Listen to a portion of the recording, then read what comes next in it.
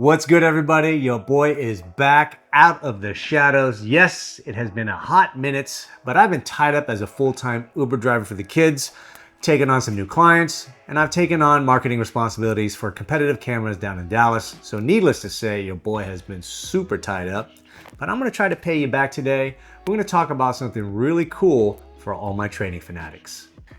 In the never-ending quest to find performance gains for a mid to late 40s athlete, I've decided to change my strength and conditioning programming a little bit this year. This year, I am programming more for power production and moving heavy weights as opposed to muscular endurance. And since the temps are going up, I was wondering, what else could I change in my nutrition to help me perform better on the bike?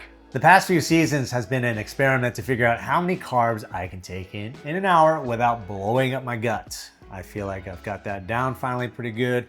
What to take, when to take, how much of it to take. So naturally the next step for me was figuring out my hydration and my sodium intake, because up until now I've been a more is better type and taking in quite a bit of sodium as I'm on the bike, not only through the chews and the gels that I take, but in my hydration, in my water. But a good indication that I might be going overboard is a lot of times on my rides, I get a really intense case of cottonmouth. And that kicked off the conversation with Colin over at Infinit Nutrition, who's been a sponsor of United Cycling for the past few seasons. And I've been happily using their products, but apparently I've been using them wrong because I'm dealing with this crazy cases of cottonmouth. So I shot Colin a message and said, hey, hook a brother up, give me some advice. What am I doing wrong? And his first question was, Andy, have you even done a sweat test? I'm about to now. And full disclosure, this entire kit was sent over by the awesome crew over at Infinit Nutrition. Although I didn't have to pay for this kit, I was also not paid to do this review. This is something I wanted to do, and Infinit said, cool, let's make it happen. Take the product, try the product, give honest feedback. Hopefully it can help you solve your problems and maybe give everybody else some insight on what this kit can do as well. Everything in this box is available individually at Infinit, or you could buy it as a sweat test nutrition package that includes perks like one-on-one sessions with a nutritionist to go over your numbers and develop a plan. With that said, let's dig in, shall we? Presentation is on point. Good job there, Infinit. It feels like a fancy gift. We have a trio of custom blends here, a caffeinated version, a under 3 hour version, and a over 3 hour version, all of which will be going in this Infinit branded Purist bottle with this cool little strip here so you can see how much you have in the bottle. There's also a packet of cold brew instant protein coffee and a pack of repair for post-activity recovery. Swag!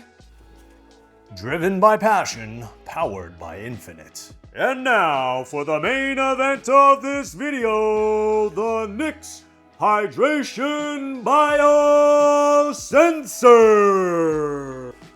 NIX, no sweat. Taking the guessing out of hydration. Scientific, evaluates the biomarkers in your sweat, like a portable lab with no needles. Personalized, analyzes your sweat moment to moment, not a general calculation. Actionable, quantifies when, what, and how much to drink in real time during your workout. Convenient, integrates with your phone, sport watch, or by computer. Lightweight and easy to use.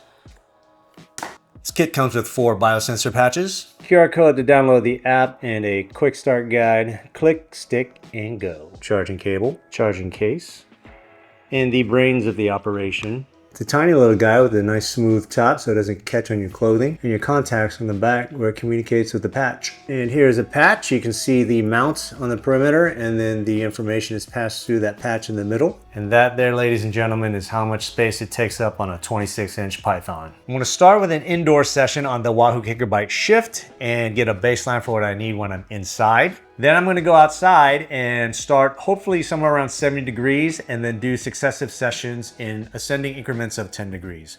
So one session at 70, one at 80, 90, and 100, because I'm super curious to know if my sweat loss rate is a linear formula, meaning between 70 and 80, it's one set percentage, and then 80 and 90, 90 and 100, the percentage of sweat loss is the same, or does it drastically change when I get to the 90-degree level, and then 100-degree level, are my needs just completely different? Something to super geek out on. I'm super stoked to have this in.